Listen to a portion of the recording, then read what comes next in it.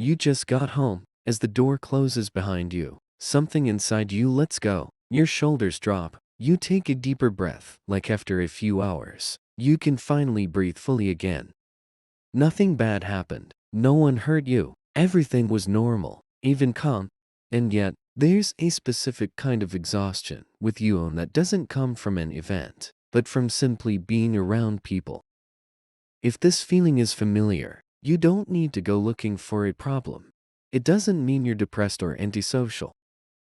It may just be that your internal system is wired in a way where being around others seven under normal conditions puts more pressure on your mind than it does for most people, and solitude is where you return to your baseline. You've been told this belief over and over. Being social means being healthy. The more connections you have, the more successful you are. If you spend your weekends alone, something must be wrong. Schools reward the loud and socially active. Workplaces promote the well-networked. Even the digital world pushes you to always be available. And slowly, without noticing, a thought forms. Maybe there really is something wrong with you. But the truth is, often, it's exactly the opposite. In 2010, a Harvard study Killingsworth Gilbert used a mobile app to track thousands of people and measure how often their minds stayed in the present moment. The results showed that for a large portion of the day, the mind is wandering, and for many people, this state is linked to lower satisfaction. Follow-up behavioral studies found that when people are placed in environments with no external stimulation even for a few minutes, like complete silence or inactivity, their reactions differ. Some people become mentally restless. Others, in that same silence, become calmer and more focused. This difference comes down to cognitive processing style and the need for external stimulation. Trait 1. Silence isn't a threat to you. For some, silence feels like a void. For others, it feels like the mind's natural state. When everything is quiet, your mind doesn't try to escape, it stays. Trait 2. Your social energy isn't lower, it's spent differently. People may think you get tired quickly because you're not social. But the truth is, you don't engage on a surface level. You don't just hear words. You pick up tone, notice eye contact, feel the pauses, and read what's behind the sentences. That makes every interaction multi-layered for you. And that's why you get tired sooner, not because you're weak, but because you go deeper. Trait 3. You sense the atmosphere before words are spoken. You walk into a room, and before anyone says anything, a full picture forms in your mind. Who isn't okay, who's pretending, where tension exists. Your mind doesn't just process words, it reads the entire field.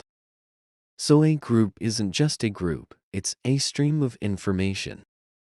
And afterward, you're not tired of people, you're tired of everything you picked up that no one said out loud. Trait 4. Your mind creates differently. Sometimes, in the middle of simple tasks, brushing your teeth, walking aimlessly, suddenly a few thoughts connect and a new idea forms. This doesn't happen the same way for everyone.